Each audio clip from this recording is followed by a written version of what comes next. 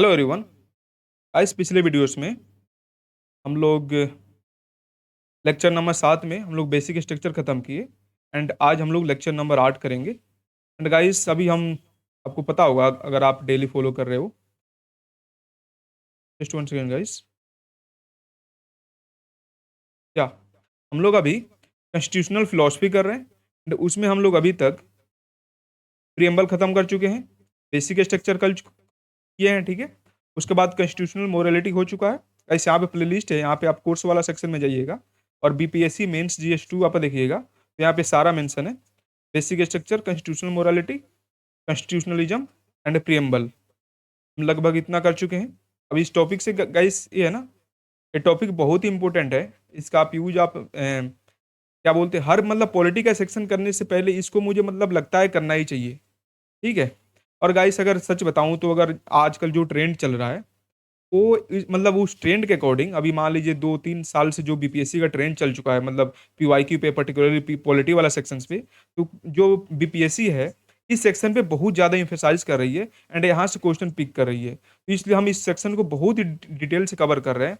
And guys अगर आप पहली बार हो तो उसे जाकर प्ले लिस्ट वाला, जस्ट वन सेकेंड गाइस, आप प्ले लिस्ट में ये सारा वीडियो देख लीजिएगा, ठीक है। तो अभी हम ये करेंगे, हमारे पास दो टॉपिक है, जुडिशियल रिव्यू और अमेंडमेंट।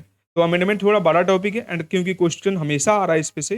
एंड गाइस अभी 71st बीपीएससी में देख लीजिए, यहाँ पे क्वेश्चन, यहाँ पे दो क्वेश्चन पूछा गया है, ठीक है।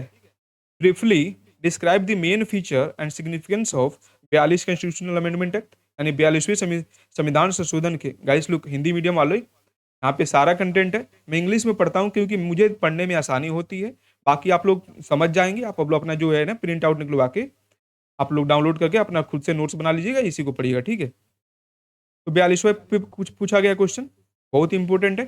गाइस इसी साल देखिए 8 नंबर 38 नंबर एक टॉपिक से 46 नंबर का क्वेश्चन पूछ रहा है। आप इसका वेटेज देख रहे हो, मतलब इसका वेटेज देखो आप, 46 नंबर का केवल आप एक अमेंडमेंट कर लेते हो। एंड गाइस अभी मैं 30 मतलब 25 से 30 मिनट में उस टॉपिक को खत्म करने वाला हूँ, तो आप केवल अमेंडमेंट करके उसे खत्म मतलब कर सकते हो आप, ठीक है, 46 नंबर का। जस्ट वन सेकंड गाइस, देख लूँ मैं रिकॉर्ड हो रहा है कि नहीं। हेलो, या ठीक है, तो चलते हैं क्या। तो यहाँ पे आके जो न्यू है यहाँ पे जाके देख लीजिएगा, ठीक है। तो गाइस लुक, आज हमारा अमेंडमेंट वाला टॉपिक है, ठीक है। तो सबसे पहले मैं ब्रीफली उसको एक्सप्लेन कर देता हूँ ताकि आपको एक हिस्टोरिकल या जो भी थोड़ा बेसिक बैकग्राउंड हो जाए, बाकी आप सब पढ़े हो। लुक गाइस, जो हमारा डॉक्यूमेंट है, कॉन्स्टिट्यूशन है, एक रूल ऑफ लॉ है। एंड गाइस जब कॉन्स्टिट्यूशन बनाया गया तो हमारे आप जानते हैं कि सोसाइटी हो, सोशियो इकोनॉमिक और पॉलिटिकल कंडीशंस हैं किसी भी देश के लोगों का, ये हमेशा डायनेमिक होता है एंड हमेशा चेंज होता है। तो जो चेंज होने के अकॉर्डिंग जो हमारा रूल ऑफ लॉ है, जो डॉक्यूमेंट है, उसका भी ये मतलब नियम होना चाहिए कि जो चेंजिंग डायनेमिक के अकॉर्डिंग वो कॉन्स्टिट्यूशन भी अडेप्ट करे। तो इसलिए गाइस अगर आप पढ़े हुइएगा डिटेल में, अगर आप बुक पढ़िएगा, लक्ष्मीकांत पढ़िएगा, एनसीईआरटी पढ़िएगा, तो हमारी जो कॉन्स्टिट्यूशन है उसको एक लिविंग ऑर्गेनिज्म बोला जाता है, ठीक है। Living organism in the sense कि जो हमारा डॉक्यूमेंट है इसको हम मतलब चेंजिंग डायनेमिक के अकॉर्डिंग अडेप्ट कर सकते हैं, ठीक है। आप इसका पर्पज समझ गए। तो फिर इसको गाइस कितने में, आर्टिकल आर्टिकल 368 में, गाइस अभी मेरे पास टैब नहीं है, बोर्ड नहीं है, तो मैं इसी पे कर रहा हूँ। बाकी देखते हैं अगर ग्रो होता है चैनल, आप लोग सपोर्ट कीजिएगा तो देखते हैं इसको और अच्छे से करेंगे, ठीक है। तो आर्टिकल 368 में अमेंडमेंट का प्रोविजन लाया गया कि पार्लियामेंट जो मतलब जो जितना भी सोसाइटी में, पॉलिटी में, इकोनॉमी जितना भी हो, डायनेमिक को चेंज करने के लिए आर्टिकल 368 के अकॉर्डिंग चेंजेस कॉन्स्टिट्यूशन में ला सकती है, ठीक है। बट गाइस इसके साथ साथ जो मतलब आर्टिकल 368 में जो पार्लियामेंट के अमेंडमेंट का पावर है, एक अब्सोलूट नहीं है, मतलब एब्सोलूट नहीं है इन द सेंस कि पार्लियामेंट इसे कुछ नहीं कर सकती है। जैसे गाइस आपको पता होगा हमारे यहाँ इलेक्टेड रिप्रेजेंटेटिव रिप्रेजेंटेटिव डेमोक्रेसी है, ठीक है। मतलब कि हम लोगों को वोट देते हैं और फिर वहाँ से वो जाते हैं लोग, मतलब जो भी एमपी एमएलए और सदन में बैठ के, पार्लियामेंट या लेजिस्लेटिव असेंबली में बैठ के वहाँ पे रूल्स एंड लॉस बनाते हैं ताकि वो सोसाइटी के वेलफेयर के लिए, सोसाइटी के नीड की रिक्वायरमेंट को फुलफिल कर सके कंफर्टेबल। तो इसलिए मतलब ये अमेंडमेंट लाया गया। बट गाइस ये जो पावर दिया गया है उनको, मतलब ये एब्सोलूट नहीं है, तो इस पे रेस्ट्रिक्शंस भी हैं, ठीक है। बट गाइस कभी कभी देखा गया है कि जो हमारे पार्लियामेंट में जो हमारे लेजिस्लेचर्स होते हैं या एग्जीक्यूटिव होते हैं, वो इसका मिसयूज़ करते हुए दिखते हैं, ठीक है? तो गाइस इसी में इसका कभी-कभी जुडिशियरी का भी रोल आ जाता है, ठीक है? मतलब जुडिशरी का भी रोल आ जाता है, जो आप पढ़े ना मैं पहले पढ़ा चुका हूँ, बेसिक स्ट्रक्चर पढ़ाया हूँ, जो केशवानंदा भारती केस में आया था। उसके बाद जो जुडिशरी है, ये जो कॉन्स्टिट्यूशन मतलब कॉन्स्टिट्यूशन को अमेंड करने का पावर जो आर्टिकल 368 से पार्लियामेंट को मिला है, वहीं पे बेसिक स्ट्रक्चर और जो हमारे कॉन्स्टिट्यूशन के कोर आइडेंटिटी को प्रोटेक्ट करने की ज़िम्मेवारी जुडिशरी की है। ठीक है? समझ गए? मैं एक बार समराइज़ करता हूँ। हमारा जो कॉन्स्टिट्यूशन है, एक लिविंग डॉक्यूमेंट है। उसको 368 में उसको सोशियो डायनामिक जो हमारे मतलब सोशियो पॉलिटिकल डायनामिक चेंज होता है सोसाइटी को, तो उससे अडैप्ट करने के लिए डॉक्यूमेंट को ऐसा बनाया जाए कि उस मतलब करंट सोसाइटी की नीड को फुलफिल कर सके। तो इसके लिए 68 368 दिया गया। बट इसमें जुडिशरी का भी रोल आता है, क्योंकि गाइस कभी-कभी जो पार्लियामेंट है, अपनी पावर को एब्सोल्यूट समझ लेती है एंड कुछ भी मनचाहा करने के लिए मतलब लॉ लाती है, जो भी करती है, ठीक है? तो गाइस जैसे हम लोग 70s में 1970s में देखते हैं, जब इंदिरा गांधी की गवर्नमेंट थी, तो उस समय आर्ट मतलब 42वां संशोधन लाया गया था, फिर 39th का संशोधन लाया गया था, उसको हम पूरा डिटेल में पढ़ेंगे। तो ऐसे न ऐसे एब्सोल्यूट पावर को कर्ब करने के लिए हमारे कॉन्स्टिट्यूशन में केशवानंद भारती केस में क्या आया? बेसिक स्ट्रक्चर डॉक्ट्रिन आया। फिर उसके बाद कॉन्स्टिट्यूशनल मोरालिटी है, कॉन्स्टिट्यूशनलिज्म है, ये सब क्या करते हैं? पार्लियामेंट के पावर को रेस्ट्रिक्ट करता है। बट गाइस इसके साथ-साथ कभी-कभी देखा जाता है कि जो जुडिशरी का पावर, इसको चेक एंड बैलेंस करना है, पार्लियामेंट अपने आप में एब्सोल्यूट ना बने, आर्बिट्रेरी ना बने, तो इसको काम करना है। बट कभी-कभी देखा जाता है जुडिशरी है, अपने आप को बॉस समझने लगती है। मतलब कि जुडिशरी कभी-कभी मान लीजिए पॉलिसीज़ बनाना, रूल्स बनाना, अमेंडमेंट लाना, काम पार्लियामेंटेरियन का है। बट ये जो हमारी जुडिशरी है, उनके पॉलिसीज़ में, उनके डोमेन में, उनके जो ज्यूरिसडिक्शन है, उसमें इंट्रूड करती है एंड इसे ही बोलते हैं जुडिशियल ओवररीच। ठीक है? तो फिर उसके बाद सॉल्यूशन में पढ़ेंगे कि जो जुडिशरी है देखिए, अमेंडमेंट का पावर है, जो हमारी जो करंट सिचुएशन के साथ कॉन्स्टिट्यूशन को अडॉप्ट करना चाहिए तो है, पर जुडिशरी उसमें इंटरफेयर करती है, जुडिशरी को अपने आप को रेस्ट्रेन करना चाहिए। तो ये बेसिक बैकग्राउंड समझ गए? चलिए, अब इसको एक-एक और डिटेल में पढ़ते हैं। एक कंफर्टेबल? ओके, ठीक है? अब थोड़ा एक्टिव रिकॉल करते हैं। आपको पता होगा कि जो है अमेंडमेंट का पावर है आर्टिकल 20 में दिया गया है, ठीक है? गाइस पहले एक पढ़ लेते हैं, बाकी जो क्वेश्चन है, जो लोग फॉलो करते हो तो जानते ही हम लोग उसको बाद जो भी स्ट्रक्चरिंग है वो करते हैं, तो हम कर लेंगे बाद में, ठीक है? Just 1 second guys. अमेंडमेंट वाला क्वेश्चन ही रहा ये, ठीक है? एंड पता ना टाइप नहीं हुआ है, चलिए छूट गया है। बाकी मैं पूरा इसमें से देखता हूँ।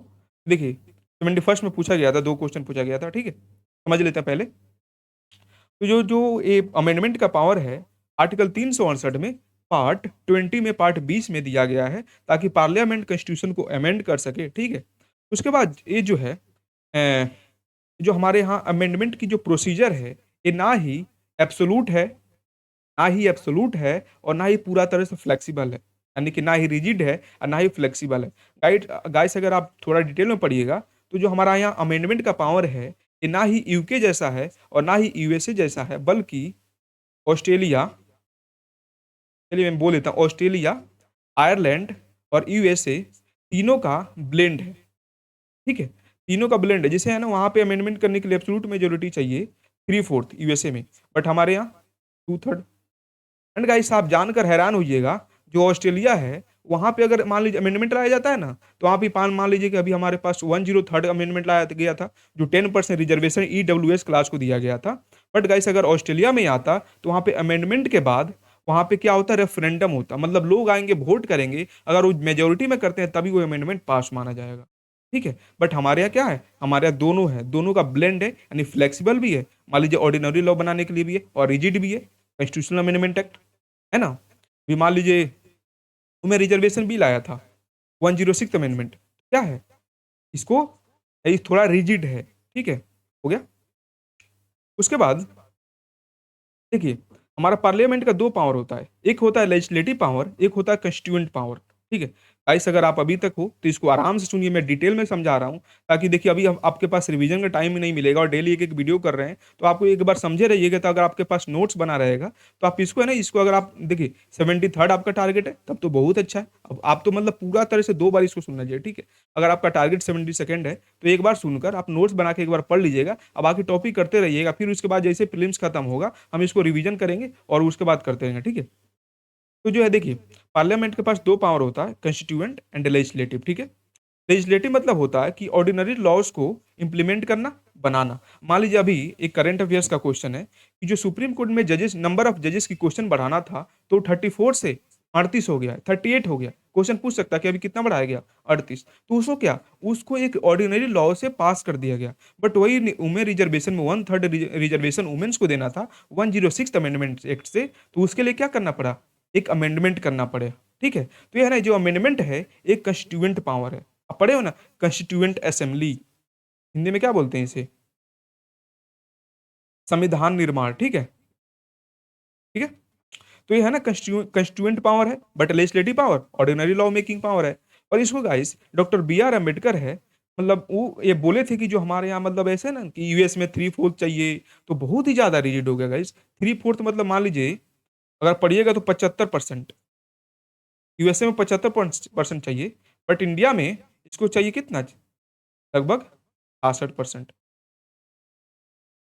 ठीक है? समझ जाइएगा आप, मैं माउस से लिखता हूँ, ठीक है? हो गया?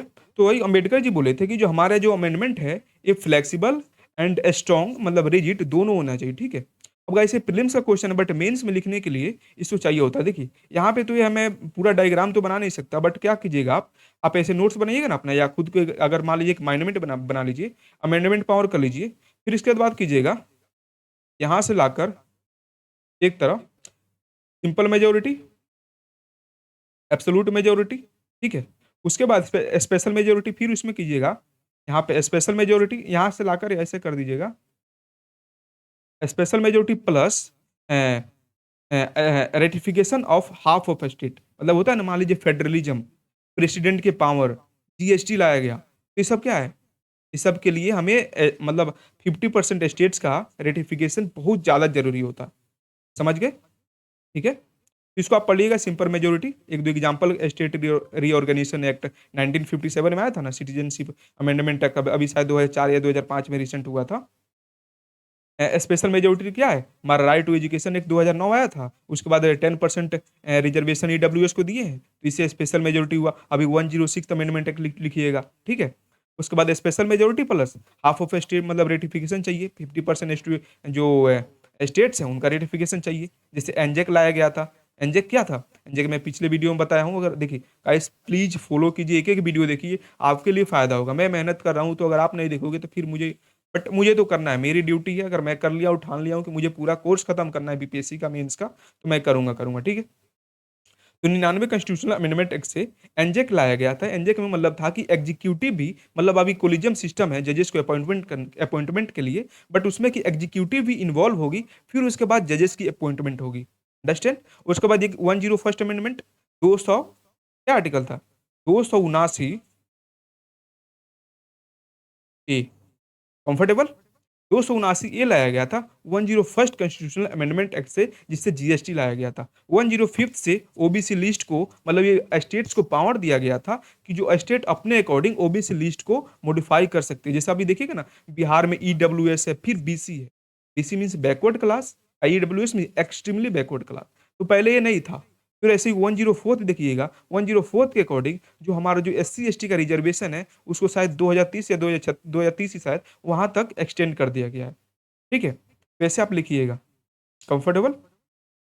चलिए, अब है कि इसको प्रोसीजर कैसे इनिशिएशन होता है, ठीक है? इसको नहीं, देखिए एक लिख दिया हूँ, बट आगे अगर आपके पास 38 मार्क्स का आता है, तो आपको सब लिखना पड़ेगा, एंड मुझे नहीं लगता इसमें कोई कंसेप्चुअल नीड है समझाने के लिए। आपको कैसे पास होता है, मतलब इसमें प्रायर प्रेसिडेंट का सैंक्शन नहीं चाहिए, फिर ये मतलब है ना, ईच हाउस से सेपरेटली पास होना चाहिए। इसमें जो 108 के अकॉर्डिंग होता है ना, ज्वाइंट सेटिंग, जो ऑर्डिनरी लॉज के लिए होता है, एंड एक्सेप्शन क्या है? Money bill and amendment bill, तो उसके लिए नहीं आता है, ठीक है? उसके बाद इसमें प्रेसिडेंट के पास से मतलब कंपल्सरी होता है प्रेसिडेंट को, उनको अपना एसेंट देना ही देना है। और कब लाया गया था ये? 24th कॉन्स्टिट्यूशनल अमेंडमेंट एक्ट 1971 के थ्रू लाया गया था, ठीक है। अब हुआ कि जो इवोल्यूशन एंड जुडिशियल टसल, ठीक है। देखिए गाइस, जो अमेंडमेंट लाया जाता है वो पर्टिकुलरली लाया जाता है कि सोसाइटी के वेलफेयर के लिए लाया जाता है ज्यादातर, है ना। मान लीजिए जितने यहाँ पे अमेंडमेंट देखे हम लोग एग्जांपल से, स्टेट रीऑर्गेनाइजेशन एडमिनिस्ट्रेट जो एडमिनिस्ट्रेशन है उसको स्मूथ फंक्शनिंग के लिए, ठीक है। सिटीजनशिप अमेंडमेंट एक्ट, ठीक है। 86 अमेंडमेंट एक्ट, इसका क्या है? इसका भी पर्पस वेलफेयर है, एजुकेशन प्रोवाइड करना। आर्टिकल 21A, ठीक है। हाँ 21A, ठीक है। 103rd अमेंडमेंट, ईडब्ल्यूएस को रिजर्वेशन देना, वेलफेयर एंड ये सब हम डीपीएसपी ऑलरेडी पढ़ चुके हैं। अगर नहीं पढ़े हो तो मैं गाइस फिर से रिक्वेस्ट करूंगा, जाकर एक नंबर लेक्चर से वीडियो देखो, आपको पूरा इंटरकनेक्टेड है। एंड मैं इस तरह मतलब इसको है ना पूरा शेड्यूल को इस तरह प्रिपेयर किया हूँ कि आपको है ना बहुत ही आसानी से आप पढ़ सको, ठीक है। डीपीएसपी एजुकेशन लाया गया, फिर ईडब्ल्यूएस को रिजर्वेशन दिया गया। इस ईडब्ल्यूएस को रिजर्वेशन मतलब क्या है कि मतलब केवल हम ये नहीं कि मान लीजिए वो दलित है तो उसको ही रिजर्वेशन नहीं मिलेगा। अगर आपका इकोनॉमिक स्थिति सही नहीं है और अगर आप जनरल कैटेगरी से भी हो फिर भी आपको रिजर्वेशन मिलेगा। एनजेक है, ये क्या एक प्रोग्रेसिव इन्वॉल्वमेंट है, ठीक है। ग्लोबल ऑर्डर के साथ अलाइन करना है, ठीक है। बेस्ट प्रैक्टिसेस को अडॉप्ट करना है। उसके बाद ये सब है। जीएसटी है, क्या एक अच्छा इनिशिएटिव है। जो भी हमारा कैस्केडिंग इफेक्ट होता था, जीएसटी में फ्लॉज थे, उसको खत्म करने के लिए, ओडब्ल्यूएस को लिस्ट को करने के लिए, ताकि स्टेट अपने अकॉर्डिंग जो एक्सट्रीमली बैकवर्ड क्लास है उनके वेलफेयर के लिए एक सेपरेट ओबीसी लिस्ट बनाए, ठीक है। कंफर्टेबल। तो ये शंकरी प्रसाद सज्जन सिंह केस ऑलरेडी मैं पढ़ा चुका हूँ। इसमें बोला मतलब वही है कि डीपीएसपी को इम्प्लीमेंट करने के लिए आर्टिकल 368 के अकॉर्डिंग जो पार्लियामेंट के पावर है वर्सेस जुडिशियरी की पावर है कि लोगों की, ठीक है, जुडिशरी की पावर है कि लोगों की फंडामेंटल राइट्स एंड जो कॉन्स्टिट्यूशन के कोर आइडेंटिटी है, कोर फिलोसॉफिकल वैल्यूज हैं, उसे प्रोटेक्ट कर सके, ठीक है। तो इन दोनों में वर्सेस टसल चलने लगा, ठीक है। तो गाइस इसी को टसल को करने के लिए कि क्या मतलब मैं पहले ही बताया कि ये सब क्या है, ये डीपीएसपी का पार्ट है, ठीक है। तो क्या मतलब जो होता था कि क्या डीपीएसपी को इम्प्लीमेंट करने के लिए पार्लियामेंट लोगों से फंडामेंटल राइट्स उनकी कर्टेल कर सकती है, उनकी फंडामेंटल राइट ले सकती है, या कॉन्स्टिट्यूशन के किसी भी प्रोविजन को अमेंड कर सकती है ताकि वो वेलफेयर स्कीम ला सके, ठीक है। इसीलिए जैसे है ना अभी हमारा देश आजाद हुआ था तो लैंड रिफॉर्म्स के केसेस थे, नेशनलाइजेशन का केस हुआ 1970s में, तो ये सब हुआ शंकरी प्रसाद वर्सेस सज्जन सज्जन सिंह केस। इसमें क्यों क्या हुआ कि इसमें सुप्रीम कोर्ट ने बोला जो हमारा है पार्लियामेंट है उसके पास 368 को अमेंड कर मतलब 368 के अकॉर्डिंग वो मतलब कॉन्स्टिट्यूशन के किसी भी पार्ट को अमेंड कर सकती है, इंक्लूडिंग वो 368 को, उसको मतलब 368 की स्कोप है उसको बढ़ाने के लिए वो 368 को भी अमेंड कर सकती है, ठीक है। उसके बाद गोलकनाथ में केस में बोला कि नहीं, जो हम पहले बोले थे वो गलत था। आप किसी भी पार्ट के पार्लियामेंट बोली मतलब पार्लियामेंट है 368 के अकॉर्डिंग फंडामेंटल राइट्स को अमेंड नहीं कर सकती है, ठीक है। अब क्या हुआ गाइस, तो 24 अमेंडमेंट एक्ट से अब क्या हुआ, जो पार्लियामेंट है वो 24 अमेंडमेंट एक्ट लाई, ठीक है। एंड वो बोली मतलब वो क्या है कि आर्टिकल 13 आपको पता होगा, आर्टिकल 13 क्लॉस एक क्या है, 13 एक क्या है, वो स्टेट की डिफिनेशन देता है। ये बोलता है आर्टिकल 13 क्लॉज 2, ये बोलता है कि अगर कोई भी ऐसा अमेंडमेंट लाया जाता है एंड लोगों की फंडामेंटल राइट्स को वायलेट करता है तो वो नल एंड वॉइड होगा, खत्म कर दिया गया। तो इसको आप याद रखिएगा 13 क्लॉज 2, ठीक है। ओके, तो पार्लियामेंट मतलब आर्टिकल 13 और 368 मतलब एक लॉ का डिफिनेशन ही चेंज कर दिया और इसमें अपने पावर बढ़ा दिया, ठीक है। इसको ये अमेंड कर दी, ठीक है। एंड क्या हुआ, ये बोली कि मतलब जो पार्लियामेंट है वो किसी भी पार्ट को मतलब अमेंड कर सकती है, इंक्लूडिंग फंडामेंटल राइट्स को भी अमेंड कर सकती है। कंफर्टेबल। ओके, फिर केशवानंदा भारती केस में अब देखो टसल तो चलते रहेगा क्योंकि लुक गाइस अगर आप एक साइड होइएगा तो वो मतलब कभी भी खत्म नहीं होगा। फिर केशवानंदा भारती केस में सुप्रीम कोर्ट ने बोली कि देखिए ठीक है, आपके पास पावर है 368 के अकॉर्डिंग, आप इसको अमेंड कर सकते हो, चलो जाओ अमेंड करो, बट बेसिक आप इसका जो बेसिक स्ट्रक्चर है उसको आप डिस्टर्ब नहीं कर सकते हो। एंड बेसिक स्ट्रक्चर पे ऑलरेडी मैं यहाँ पे पिछले वीडियो में यहाँ पे लेक्चर ले रखा हूँ, लेक्चर नंबर 7। तो ये आपकी रेस्पॉन्सिबिलिटी उसको पढ़ना, उसको फिर से देखना, उसको रिवाइज करना, ठीक है। तो है कि आर्टिकल मतलब ये है कि बेसिक स्ट्रक्चर ये आप उसको डिस्टर्ब नहीं करोगे। बेसिक स्ट्रक्चर मतलब कोर आइडेंटिटी है ना, कोर आइडेंटिटी क्या है, हमारा एक कॉन्स्टिट्यूशन क्या है, सेकुलर है, सोवरेन है, सोशलिस्ट है, इसका ऑब्जेक्टिव क्या है? जस्टिस है, लिबर्टी है, इक्वलिटी है, फ्रेटर्निटी है, रूल ऑफ लॉ एस्टैब्लिश करना है, डेमोक्रेसी को प्रोटेक्ट करना है, माइनॉरिटी की जो राइट्स है उसे प्रोटेक्ट करना है, फंडामेंटल राइट्स को प्रोटेक्ट करना है, लोगों की डिग्निटी करना है, वुमेन एम्पावरमेंट प्रमोट करना है ना? वेलफेयर इक्वलिटी को प्रमोट करना है, इनइक्वलिटी को क्या बोलते हैं, डिस्करेज करना है, अनटचेबिलिटी को खत्म करना है, टाइटल्स को एबॉलिश करना है। ये सब क्या है? इसका कोर ऑब्जेक्टिव है। फेडरलिज्म को प्रमोट करना है। ये सब क्या है? इसका बेसिक स्ट्रक्चर है, जिससे आप इसे नहीं कर सकते डिस्टर्ब। ठीक है। अब गाइस ये मिनर्वा मिल केस आपको तो याद होना चाहिए, मतलब बहुत बढ़िया केस है। इसमें क्या हुआ कि आर्टिकल जो 42 है ना, इसमें जो पार्लियामेंट है, क्लॉज 4 एंड क्लॉज 5 लाई। ठीक है।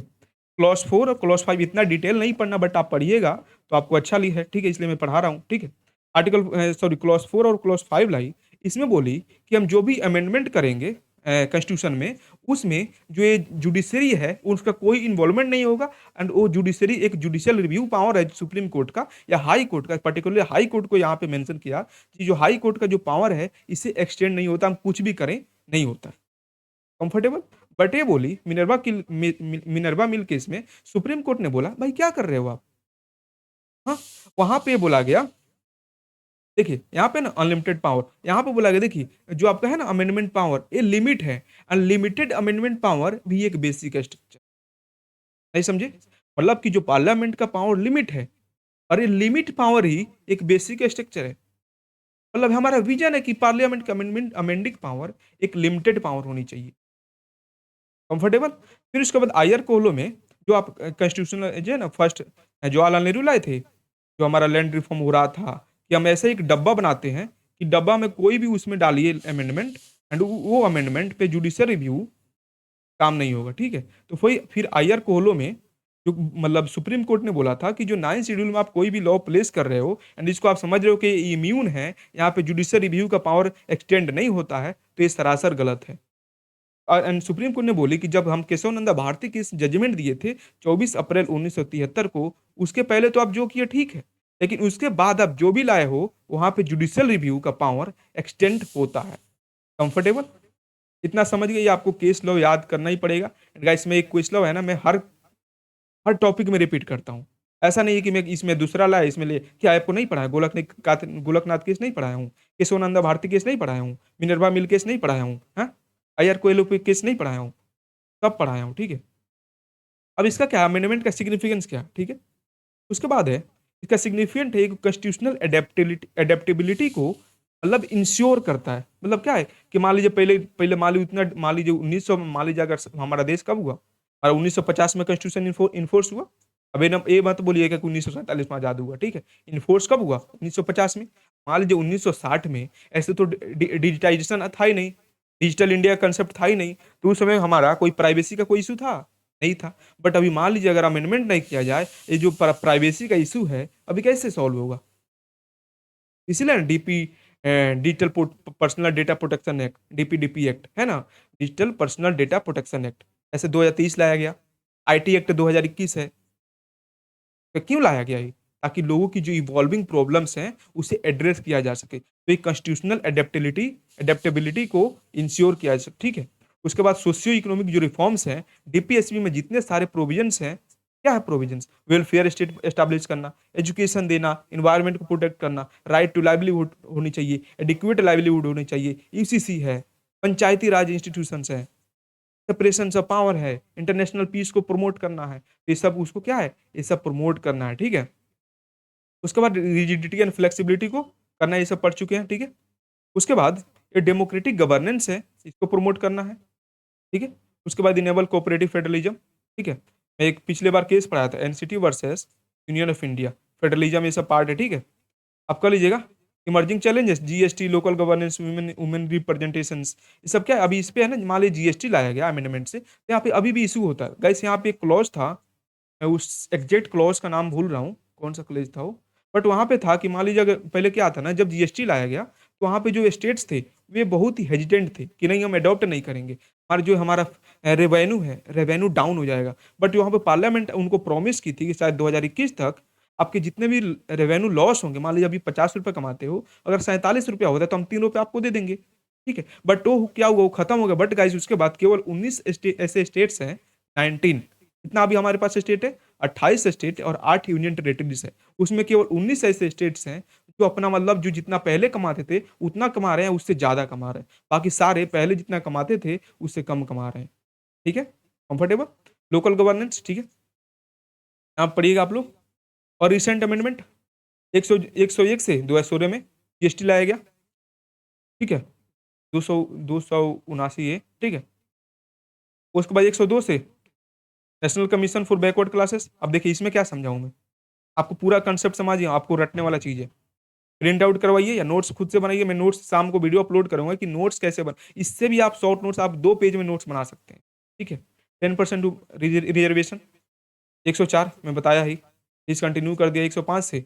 ओबीसी को पावर दे दिया कि इसमें पहले एस सी को 10 साल के लिए एक्सटेंड किया गया, ठीक है? पढ़ाया था ना अभी, बोला था। उसके बाद ये है ये 1/3 रिजर्वेशन, ठीक है? अब इश्यूज क्या है, ये जो पावर है, अमेंडमेंट है, इसका इश्यूज क्या है, ठीक है? अब इसमें है कि मान लीजिए हमारे पास क्या है, हमारा पहले हमारा जो ऐसे मतलब फॉर्म ऑफ गवर्नमेंट क्या है, पहले पार्लियामेंट है, मतलब मान लीजिए यूनियन है, वहां पे फिर स्टेट आती है। तो ये जो अमेंडमेंट का पावर है 368 के अकॉर्डिंग, ये केवल पार्लियामेंट तक लिमिटेड है। ये जो पावर है स्टेट के पास नहीं है। तभी एक मतलब प्रॉब्लम है ना, कि मान लीजिए जो जो स्टेट है, मान लीजिए मतलब यहाँ पे पार्लियामेंट की हेजीमोनी है। स्टेट अपने अकॉर्डिंग अपने स्टेट में वेलफेयर स्कीम नहीं ला, मतलब अमेंडमेंट नहीं कर सकती है, ताकि वो समय समय के साथ स्टेट के भी नीड के साथ अडेप्ट कर सके, ठीक है? ये प्रॉब्लम है।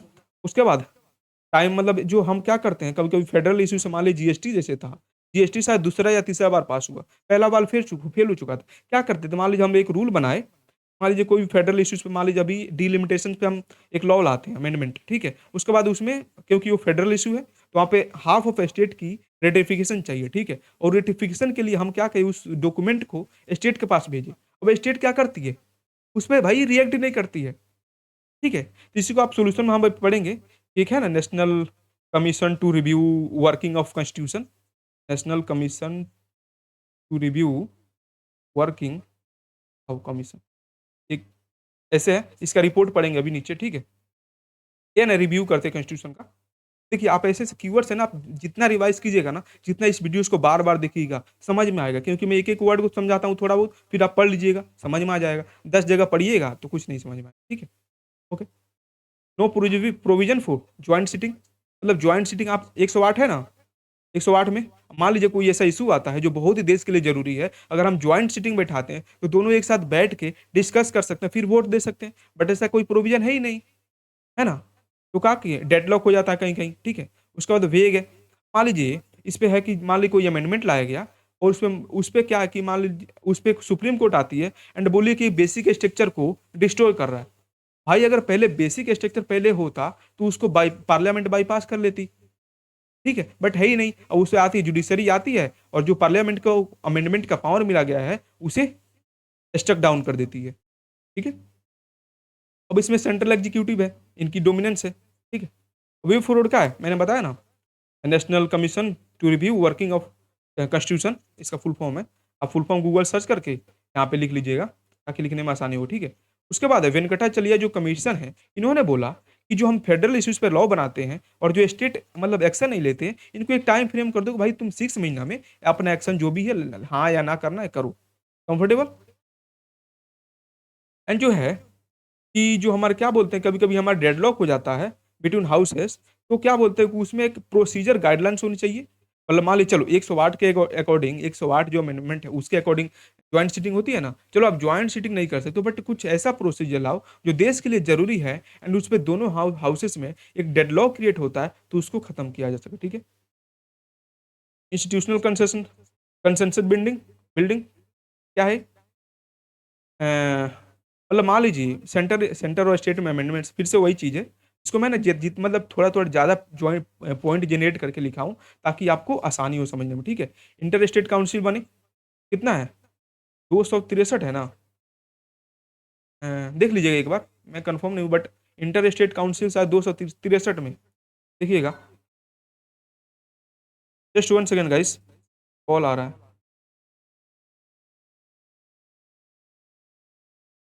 या हेलो एवरीवन, सॉरी गाइस। तो यही है। तो वे फोर में क्या है कि हमारे पास जो बैलेंस है, जो फ्लेक्सिबिलिटी और स्टेबिलिटी का होना चाहिए, एक बैलेंस होना चाहिए, ठीक है, कंफर्टेबल। वे है एक लिविंग डॉक्यूमेंट है, इसको सोसाइटल जो नीड है इसके अकॉर्डिंग चेंज होना चाहिए, और जो हमारा जो बेसिक स्ट्रक्चर है उसके साथ भी अलाइन होना चाहिए। ये नहीं कि उसको डिस्टर्ब करके जो मन वो करे, ठीक है, कंफर्टेबल। आप एक बार पढ़ लीजिएगा, ठीक है। अब गाइस क्वेश्चन आता है, देखिए यही क्वेश्चन था 71st में भी जो लेटेस्ट क्वेश्चन पेपर हुआ है, ये है पार्लियामेंट का जो पावर है, कॉन्स्टिट्यूशन जो एक लिमिटेड है, समझ गए, लिमिटेड पावर है। उसके बाद इट कैन नॉट, अब देखिए लिमिटेड में है, अभी मैं आंसर राइटिंग कराऊंगा तो बताऊंगा। इसमें वही है कि जो आप जो जजमेंट आया है ना, मान लीजिए मिनर्वा मिल केस आया, इंदिरा गांधी केस आया था, इस सब में क्या हुआ, स्टक डाउन हुए हैं केसेस, ठीक है। उसके बाद and it can not B large into absolute power, मतलब इस पे बेसिक स्ट्रक्चर का रेस्ट्रिक्शंस है। देखिए अमेंडमेंट का है, बट यहाँ पे पूरा बेसिक स्ट्रक्चर के बारे में लिखना पड़ेगा, पूरा कॉन्स्टिट्यूशनलिज्म के बारे में लिखना पड़ेगा, समझ गए। कैन एंड गाइस ये यूपीएससी का सेम रिपीटेशन है। यूपीएससी का क्वेश्चन अगर आपको नहीं पता हो, जस्ट लेट मी शो। देखिए ये पूरा क्वेश्चन है, तो है ना, यहाँ पे अगर आप ये कर लेते हो तो यूपीएससी का भी पूरा पैटर्न अलाइन हो जाता है, ठीक है। UPSC P Y Q GS2 देख रहे हैं, फंडामेंटल राइट, फिलोसफी वाला part, living instrument, the constitution is living instrument, यही समझा रहा हूँ ना। Progressive illustrative special reference to expanding horizons of right to life, 21 वाला मैं पढ़ा चुका हूँ ऑलरेडी। तो सारा है ना, ये कर लोगे, देखो ये सब ठीक का है कि सारा उसमें इंक्लूड हो गया आज, ठीक है, समझ गए। आते हैं इस पे, ओके। अगेन गाइस अगर वीडियो थोड़ा लंबा हो रहा है तो आराम से देखिएगा, ठीक है, बट देखिए पूरा अच्छे तरह से, एक बार दो बार जितना मन करे उतना देखिए, ठीक है। अब ये है, अब देखिए इसमें लिखा है कि नो, मैं लिख दिया हूँ सिंपल के लिए, बट आपको ऐसा वहां पे लिखना नहीं है। आप कोई एक बड़ा कोई पॉलिटिकल साइंस का आप साइंटिस्ट नहीं हो, आप कोई बड़ा आदमी नहीं हो, आप एक जनरल ब्यूरोक्रेट बनना है, तो आपके पास इतनी एक्सपर्टीज नहीं है कि आप किसी को हाँ या ना बोल सको। आपका क्या काम है कि आप दोनों पक्षों का आप वहां पे जनरल व्यू रखोगे, ठीक है। कहीं भी पूछे क्या बीजेपी गलत है, क्या हमारा पॉलिटिकल सिस्टम अभी इंडिया में गलत कर रहा है, क्या हमारा जो हमारा है डिप्लोमेटी है, हमारा डिप्लोमेसी है, फॉरेन रिलेशन है, क्या इसमें फ्लॉस है, तो इसमें आपको पॉजिटिव बताना है, नेगेटिव बता देना है, और कंक्लूजन में बस लिखना है कि अच्छा है, बट यहाँ पे बहुत ज़्यादा स्कोप है उसको अच्छा करने के लिए, समझ रहे हैं, ठीक है। अब इसके है ये है कि पार्लियामेंट अल्टर नहीं कर सकती, तो केशवानंद भारती के से पूरा हो गया था, ठीक है। अब क्या है, कोर लीगल फाउंडेशन है, इसका जो कोर है ना यहीं पे है, केशवानंदा भारती केस में, ठीक है। उसके बाद यहाँ पे कंस्टिट्यूएंट पावर है, ठीक है। ये जो पार्लियामेंट देखिए अब इस पे है ना, सब है, इस पे आप लिखिएगा 13 जज बेंच ने बोला था। इसमें मैं सब समझा रहा हूँ, वही को रिपीट करूंगा तो ज्यादा टाइम लगेगा, ठीक है। इस पे वही है कि ये कंस्टिट्यूएंट पावर है बट एब्सोल्यूट पावर नहीं है, ठीक है। जो हमारा क्या मिनर्वा मिल केस में सुप्रीम कोर्ट ने यही बोला था, देखिए इसको आप इंट्रो में लिखिएगा ना, मिनर्वा मिल केस, तो आपको एक दो नंबर एक्स्ट्रा जरूर मिलेगा, ठीक है। तो इसमें सुप्रीम कोर्ट ऐसा बोला था खुद से ही कि लोग जो है क्या बोलते हैं, लिमिटेड अमेंडमेंट पावर जो पार्लियामेंट के पास है, ये इटसेल्फ एक बेसिक स्ट्रक्चर है, खुद में एक बेसिक स्ट्रक्चर, ठीक है, हो गया, लिख लेंगे। Enforcement against legislative over rich, यही है, समझा दिया हूँ। 42 अमेंडमेंट लाई, ठीक है। सुप्रीम को स्टक डाउन बोथ क्लॉसेस, यहाँ पे समझाया था ना, क्लॉज 4 और 5, ठीक है। उसके बाद बोला यही है कि लिमिटेड अमेंडिंग पावर जो है ये खुद में एक बेसिक स्ट्रक्चर है, ठीक है। एनजेक लाया गया था, स्टक डाउन हुआ। ईडब्ल्यूएस लाया गया था, इसको जनहित अभियान, लेकिन इसको अपहेल्ड किया गया। पॉजिटिव पॉजिटिव में लिखा गया है तो ये लिखिएगा, ठीक है, नेगेटिव में ये लिखिएगा, ठीक है। एप्लीकेशन टाइप का है। अब इससे क्या समझा जा सकता है, ठीक है, जो पार्लियामेंट है के पास एक मतलब बहुत बड़ी मतलब वाइड अमेंडिंग पावर है, बट ये सोवरेन नहीं है, ठीक है, ओके। जुडिशियल रिव्यू से लिमिटेड होता है, ठीक है, मतलब जो भी ये पार्लियामेंट लॉ लाती है, जो भी अमेंडमेंट लाती है, ये मतलब subject to judicial review under basic structure doctrine, ठीक है। उसके बाद है 42 कॉन्स्टिट्यूशनल अमेंडमेंट एक्ट, देखिए क्वेश्चन आया हुआ है, आ सकता है, स्टैटिक ये नहीं करंट का है कि एक बार पढ़ लिए तो दूसरे बार आएगा कि नहीं, अरे भाई आएगा स्टैटिक का है, ठीक है। और भाई 42 वाला तो इतना इंपॉर्टेंट है कि चलो, ठीक है। अभी है स्वर्ण सिंह कमेटी से आया था, इंदिरा गांधी गवर्नमेंट लिखिएगा, 42 अमेंडमेंट, मिनी कॉन्स्टिट्यूशन, ठीक है। अब इसमें पढ़ाना क्या है भाई, सारा चीज है, मिनी कॉन्स्टिट्यूशन बोलते हैं, स्वर्ण सिंह कमेटी के रिकमेंडेशन पे आ गई, सब इंट्रो में यही लिखिएगा 42 वाला में, ये जो है ना क्वेश्चन वाला, यहाँ पे इंट्रो में क्या लिखाएगा, यही लिखाएगा। मैं पूरा रेडीमेड दे रहा हूँ, बस आपको पहला वीडियो से देखो, अभी तक से शुरू करो, फिर से जाकर अगर नहीं देखे हो तो फिर से आप जाकर देखो, आपको समझ में आएगा, ठीक है। Preamble and fundamental duties, preamble amend किया गया। अब देखिए इसमें है कि इसमें क्या फीचर बताना है, क्या क्या हुआ था, तो आपको देखे थे 3 वर्ड जोड़ा गया था, सोशलिस्ट, सेकुलर, इंटीग्रिटी जोड़ा गया था, फंडामेंटल ड्यूटीज जोड़ा गया था, किसके रिकमेंडेशन पे, स्वर्ण सिंह कमेटी के रिकमेंडेशन पे। एंड गाइस ये टोटल डॉक्यूमेंट ही आया था, इसके जो मतलब रिकमेंड करने वाले कौन थे, स्वर्ण सिंह थे, ठीक है। Comfortable, okay. अब डीपीएसपी में ये इतने सारे प्रोविजन जो ले गए थे, लीगल एड के बारे में पता है आपको, इन्वायरमेंट वाला पता है, वर्कर का पार्टिसिपेशन पता है, development of healthy development of children, ये सब आपको रटना पड़ेगा। अभी इसमें क्या समझाऊं मैं, अब आपको 39 ए नहीं पता है, आपको 43 ए नहीं पता है, 48 ए नहीं पता है, तो आपको क्या बताऊं मैं आपको यही ना बता सकता हूँ कि स्ट्रक्चर कैसे, आपके पास जो नॉलेज है उसको स्ट्रक्चर कैसे बनाना है। अभी इतना मेहनत कीजिए एंड जुड़े रहिए, लास्ट में ना ऐसे ऐसे बताऊंगा कि आपको पॉइंट नहीं भी आता है, फिर को कैसे आप मान लीजिए अप्रोच होता है, पेस्टल अप्रोच होता है, एक होता है इंडिविजुअल से ऊपर तक जाता जाता है, वो अप्रोच होता है, इंडिविजुअल, फिर फैमिली, फिर सोसाइटी, फिर उसके बाद मोहल्ला, फिर गांव, सोसाइटी, देश विदेश, ऐसे करके वो सब जोड़ा जाता है, ठीक है। फिर जीएस सिलेबस को कैसे इंटरलिंक करके जोड़ा जाता है, तो अभी इसमें नहीं, अभी पढ़ी, अभी मेहनत कीजिए, ठीक है। उसके बाद है जो एग्जीक्यूटिव है, मतलब एग्जीक्यूटिव लेजिस्लेटिव पावर में बहुत बड़ा बदलाव हुआ था। अब क्या हुआ कि जो प्रेसिडेंट का जो है, कैबिनेट का एडवाइस करने का है, वो मतलब कैबिनेट अगर एडवाइस करती है प्रेसिडेंट को, वो बाइंडिंग होगा, ठीक है। Advice of council of ministers मतलब जो है वो बाइंडिंग होगा किस पे, प्रेसिडेंट पे।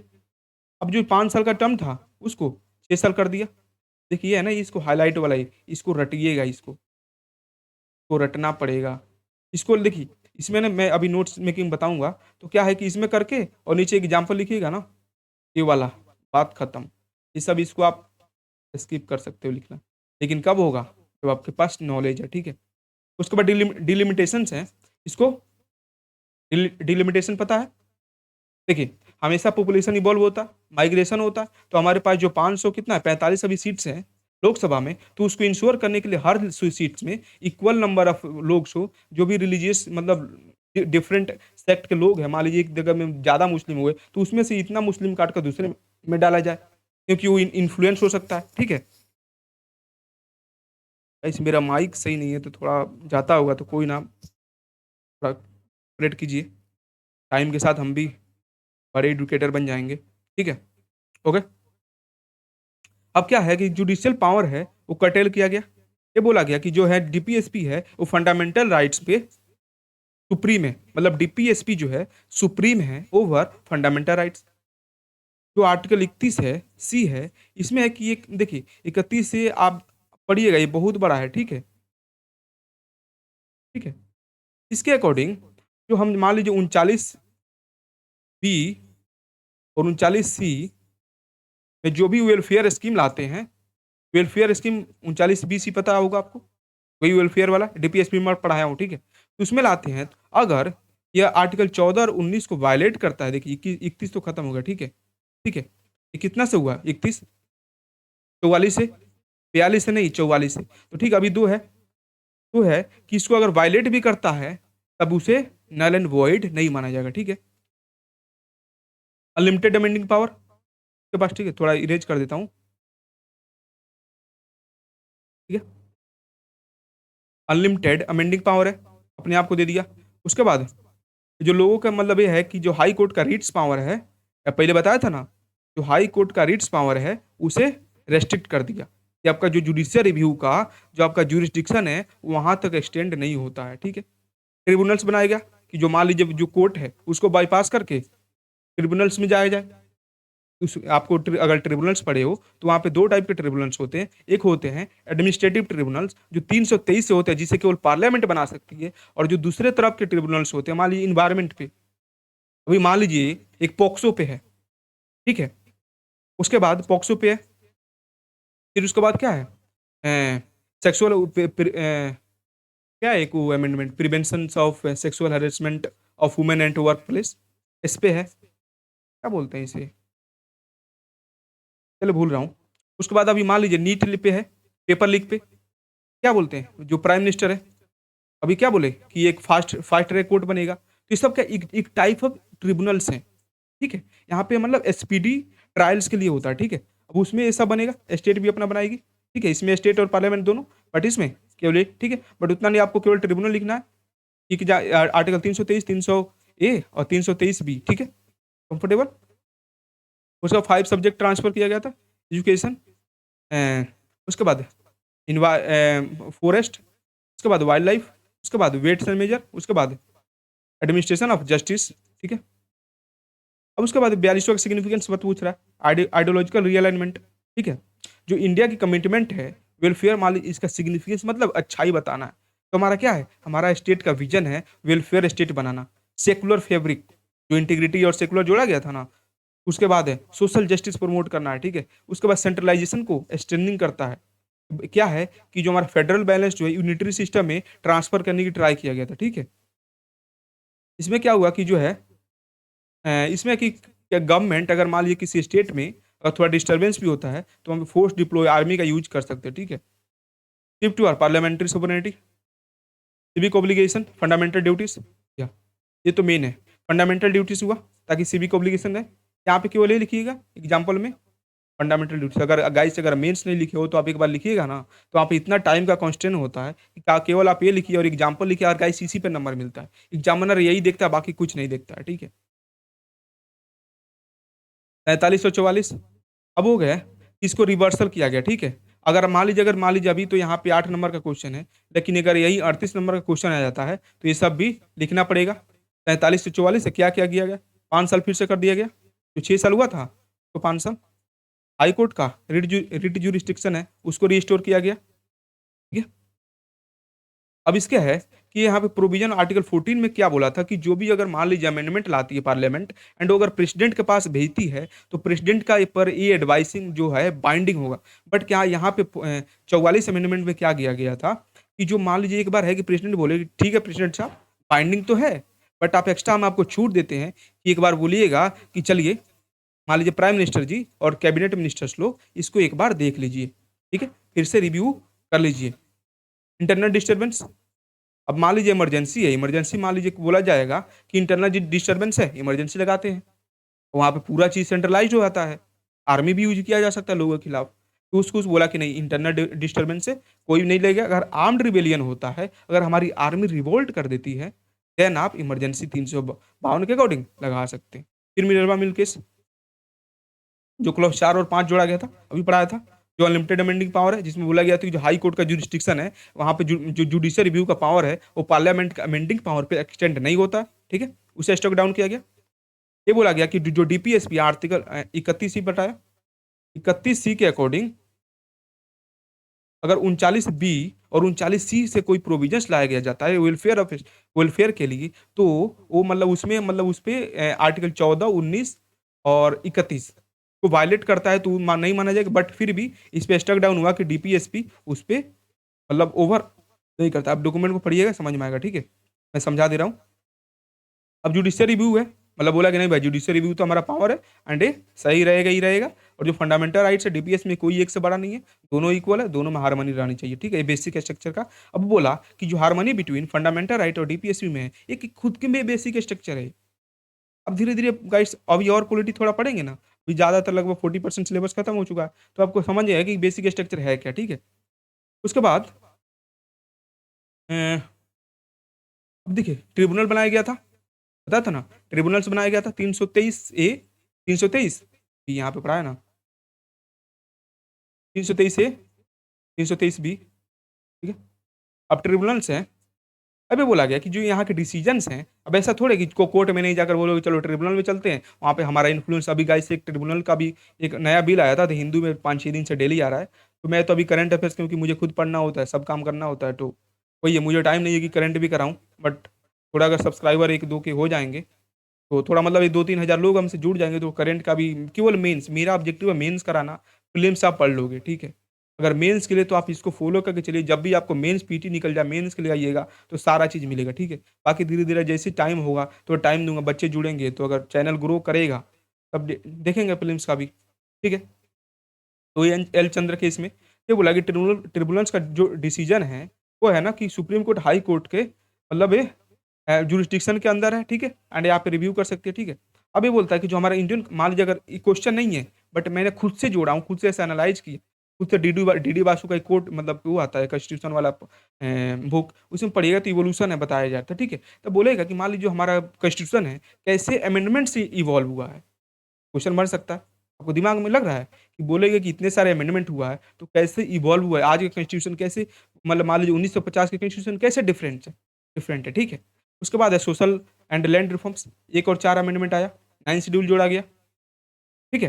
राइट टू एजुकेशन आया, इधर है ना सोशल एंड लैंड रिफॉर्म जोड़िएगा, राइट टू एजुकेशन लिखिएगा, 86 21 अफर्मेटिव एक्शन 15 और 77 है ना? एससी-एसटी के रिजर्वेशन को एक्सटेंड किया गया। अभी 10 शायद 4 है ना? क्या 4 भी है, एक्सटेंड किया गया। यही सब तो है। 103 में ईडब्ल्यूएस को कोड़ा गया, 105 में अभी देखिए रिसेंट लिखिएगा ना तो रिसेंट का मार्क्स मिलता है। एग्जामिनर को लगता है कि भाई ये करंट से अपडेटेड है। अगर ये ऑफिसर बनता है तो करंट से अपने आप को अपडेटेड रखेगा। मान लीजिए आप डीएसपी बन गए। अभी बीएनएस चल रहा है, आप आईपीसी रट के आप केस रजिस्टर कर रहे हैं। ये तो पूरा फ्लॉ हो जाएगा ना, ठीक है? 103 लिखिएगा। अब देखिए इसमें क्या समझाऊँ मैं, ठीक है? आगे बढ़ते हैं। बस खत्म होने वाला है। अब यार डेमोक्रेटिक डिसेंट्रलाइजेशन हुआ, जेंडर जेंडर इंक्लूजन अभी 106 जो होने वाला है इंट्रोड्यूस हुआ है बिल, इसको बिल लिखिएगा, ठीक है? इसको आप लिखिएगा पंचायती राज अर्बन लोकल बॉडीज़, ठीक है? गाइस यहाँ पे है ना हिंदी वाला भी है। बस मुझे मुझे कभी लगता है कि मैं थोड़ा गलत कर रहा हूँ, बट यार गलत नहीं कर रहा हूँ मैं सच में। क्योंकि यार दोनों तो कर नहीं सकता एक साथ, इतना टाइम भी नहीं है। मुझे भी तो अभी खुद जाना रहता है तो पढ़ना रहता है, ठीक है? 73-74 अमेंडमेंट, ठीक है? 106 क्या है डिसेंट्रलाइजेशन हुआ, 106 से जेंडर इंक्लूजन हुआ ना, वुमेन एम्पावरमेंट, है ना? जेंडर इंक्लूजन, ठीक है? और उसके बाद है इंडियन फेडरलिज्म को कैसे स्ट्रक्चर किया जाता है। तो हमारा फेडरलिज्म है वो कैसे इवॉल्व हो रहा है। रीऑर्गेनाइजेशन एक्ट आया 1956 में, ठीक है?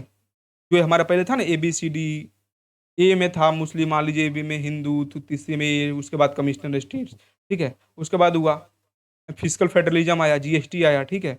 उसके बाद अफर्मेटिव एक्शन आया, ठीक है? मान लीजिए जो रिस्टोर कर दिया गया पावर इसका किसका, कि चलो स्टेट्स का भी पावर है, अपना खुद का ओबीसी लिस्ट बनाओ, तभी तो बिहार में बीसी और ईडब्ल्यूएस है, सॉरी ईबीसी है। इसको आप लिखिएगा आंसर में, बिहार वाला एग्जाम्पल देगा, ठीक है?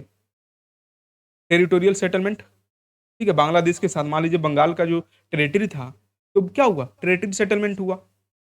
दिए थे ना हम कुछ वहाँ पे क्या बोलते हैं? परगाना बोलते हैं ना? नहीं आता है तो केवल लैंड सेटलमेंट ऐसे लिख दीजिएगा। बट बाउंटी या कुछ परगाना बोलते हैं बंगाल में, ठीक? वो तो कमेंट में ज़रूर लिखिएगा, ठीक है? उसके बाद है institutional checks and balances and reversal.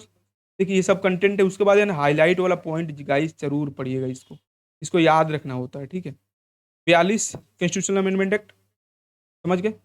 क्या हुआ कि इसमें जो है ना, जो एग्जीक्यूटिव में जो एग्जीक्यूटिव है, उसमें पावर कंसंट्रेट हो गया, ठीक है? 44 amendment act correct emergency era excesses, जो भी मान ली 44 से है, जो भी थोड़ा बहुत मतलब ज़्यादा भी गलत हो गया था, तो उसको सही किया गया। इंटरनल डिस्टर्बेंस से वो आर्म्ड रिबेलियन से रिप्लेस किया गया था, ठीक है? हो गया। और उसके बाद ये भी बोला गया था जो इमरजेंसी उसके समय जो 20 और 21 है उसको आप खत्म नहीं कर सकते हो, ठीक है? उसके बाद इलेक्टोरल इंटीग्रिटी 42 से मान लीजिए हम लोगों को वोट देते हैं, मान लीजिए अभी दिल्ली में हुआ, क्या है युवा नेता, कमेंट में लिखिएगा। वो क्या है कि वो मान लीजिए आम आदमी पार्टी से छोड़कर बीजेपी में जॉइन कर दी। मान लीजिए हम उनको वोट देते हैं, मान लीजिए अभी तो राज्यसभा के मेंबर है, बट मान लीजिए हम उनको वोट देते हैं। अभी रवि किशन जी हमारे इतने बड़े नेता हैं, हमारे मनोज तिवारी जी, बिहार के इतने मतलब नाम है लोग, भले तो ये क्या बोलते हैं, मनोज तिवारी जी दिल्ली से खड़ा होते हैं, गोरखपुर से वो है, बट लोग इन्हें बिहार के ही समझते हैं, ठीक है? बट ये इतने बड़े नेता हैं, दिग्गज है, मान लीजिए किसी कोई पार्टी ज्वाइन कर लेते हैं तो लोगों का नुकसान होगा ना, कि उनका वेलफेयर रुक जाएगा, उनका विकास रुक जाएगा। तो ये 42 लाएगा, फिर इसको एक्सटेंशन करने के लिए 91st लाया था एंटी डिफेक्शन लॉ, पढ़े हैं ना 10th शेड्यूल, ठीक है, आप सब पढ़े हैं, ठीक है। उसके बाद है एनजेक लाया गया था जुडिशियल ऑटोनॉमी के लिए, बट इसको स्ट्रक डाउन कर दिया गया, ठीक है। अब इसको है यानी डायग्राम अगर बना दीजिएगा तो आपको 1 नंबर एक्स्ट्रा मिल जाएगा, ठीक है। कॉन्स्टिट्यूशनल अमेंडमेंट इवोल्यूशन, राइट का एक्सपेंशन हुआ, फर्स्ट हुआ, एजुकेशन हुआ, ईडब्ल्यूएस हुआ, फेडरल रीअलाइनमेंट, ये तो क्या हुआ, ये जीएसटी हो गया, ये डिसेंट्रलाइजेशन हो गया, ये सेवेंथ क्या हुआ, सेवेंथ क्या था, सेवेंथ, इसमें भी भूल रहा हूँ, ठीक है, सेवेंथ था कुछ, यार याद था, चलिए एक बार करके कमेंट अगर आपको याद हो, अभी अभी याद हो, गूगल करके नहीं, अभी याद हो तो कमेंट में लिखिएगा, ठीक है। इंस्टीट्यूशनल चेक्स 44, 52, ठीक है, ये सब है क्या है, एंटी डिफेक्शन लॉ है। मान लीजिए इंस्टीट्यूशन पे एक थोड़ा पावर होनी चाहिए, जुडिशियल ओवरवॉच बेसिक स्ट्रक्चर है, एनजैक को खत्म किया, मिनर्वा मिल्स में बोला कि जो आपका अमेंडिंग पावर है लिमिटेड है, Keshavananda Bharati case basic structure doctrine को हुआ, ठीक है। अब है कि वे फॉरवर्ड में इसको लिख लीजिए, कॉन्स्टिट्यूशनल फ्लेक्सिबिलिटी है, जस्ट सेफ्टी वाल्व है, ठीक है। उसके बाद judicial supremacy, shift towards inclusive कर लीजिएगा इस, तो कॉल आ गया, उसमें थोड़ा टाइम चला गया। चलिए अब क्वेश्चन देखते हैं। गाइस सॉरी अगर आपको थोड़ा लग रहा होगा कि थोड़ा एनर्जी मेरा डाउन हो गया है, ये वाला कर लेते हैं। मैंने इसी साल 2 क्वेश्चन पूछा, तो यूपीएससी का है, ठीक है।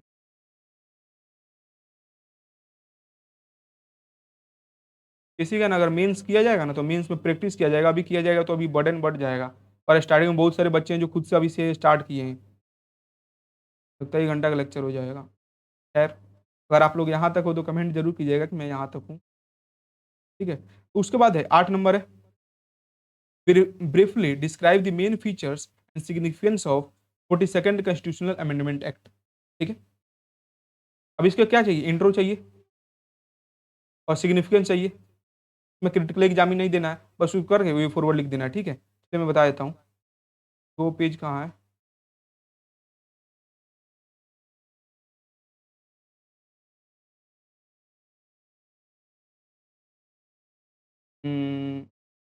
क्या इरेज कर लेते हैं।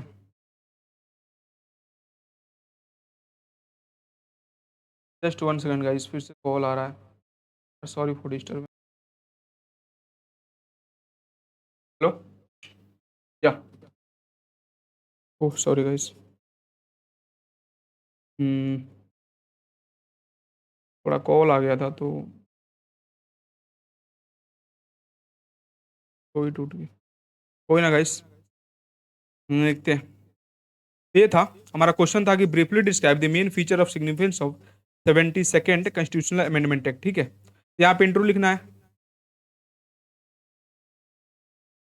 इंट्रो 72nd का पूरा मैंने मटेरियल आपको दे दिया है, बस आपको चिपकाना है, रट जाना है गाइस, है ना, ऐसा नहीं कि पीवाईक्यू तक लिमिटेड है, ठीक है।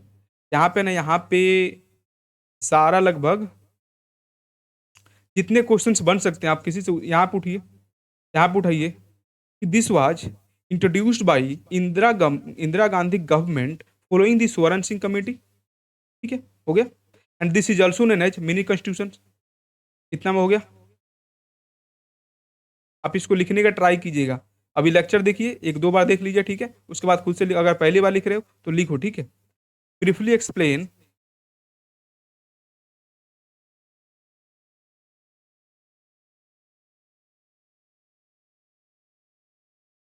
And the main features and significance, यहाँ का लुक फीचर बता रहा है एंड सिग्निफिकेंस बता रहा है। अब फीचर में यहाँ पे लिखिएगा फीचर, अब देखिए 8 मार्क्स में आपको 2 पेज लिखना है, तो अब कितना लिखिएगा, आपके पास इतना कंटेंट है, यहाँ पे क्या लिखिएगा, न्यू वर्ड जोड़ा गया, इंटीग्रिटी, सोशलिस्ट, सेकुलर, पार्लियामेंट के जो मान लीजिए कैबिनेट का पावर है एग्जीक्यूटिव पे बाइंडिंग बना दिया गया, ट्रिब्यूनल जोड़ा गया, फंडामेंटल ड्यूटीज लाया गया था, है ना। उसके बाद सेंट्रलाइजेशन ऑफ पावर हुआ, army parliament can used armed forces to deploy in states with severe law and order crisis. ठीक है, ये सब हो गया। और क्या था, याद कीजिए। उसके बाद टर्म्स बढ़ा गया था, सॉरी गाइस, तो टर्म्स है 5 साल को 6 साल कर दिया गया। ठीक है, थोड़ा गाइस कॉल से थोड़ा डिस्टर्ब, बट स्टिल फिनिश कर लेते हैं। हो गया। उसके बाद डीपीएसपी जोड़ा गया था। ठीक है, 39 से 43 से 48 से 3 आप लिख दीजिए, काम हो जाएगा। इतना तो याद होगा। उसके बाद इतना हो जाएगा 3-4 पॉइंट करके। ठीक है, यहाँ तक आइए। उसके बाद सिग्निफिकेंस लिखिए। सिग्निफिकेंस में देखिए मैं बता दिया हूँ तो उसी को क्या रिपीट करूँ। ठीक है,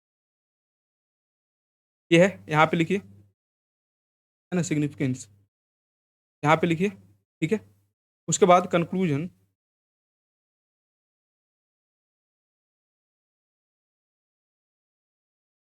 कंक्लूजन में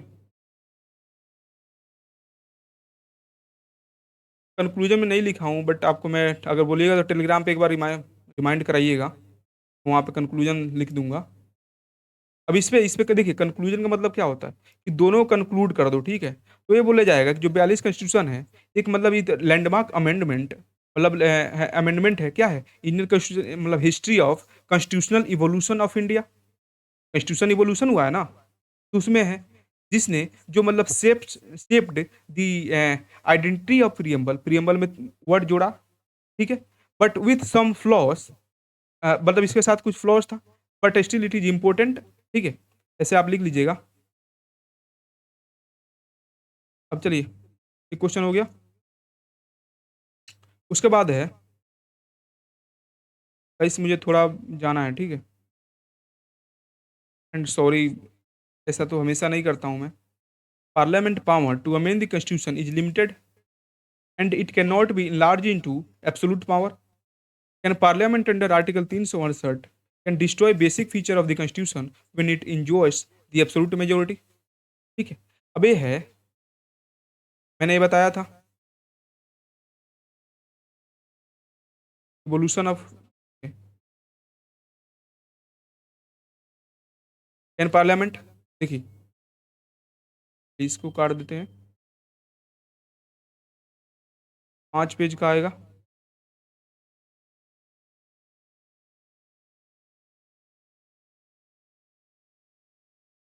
इससे कॉल आ रहा है इस लुक, मैं जा रहा हूँ। ठीक है, इसको कल कर लेंगे।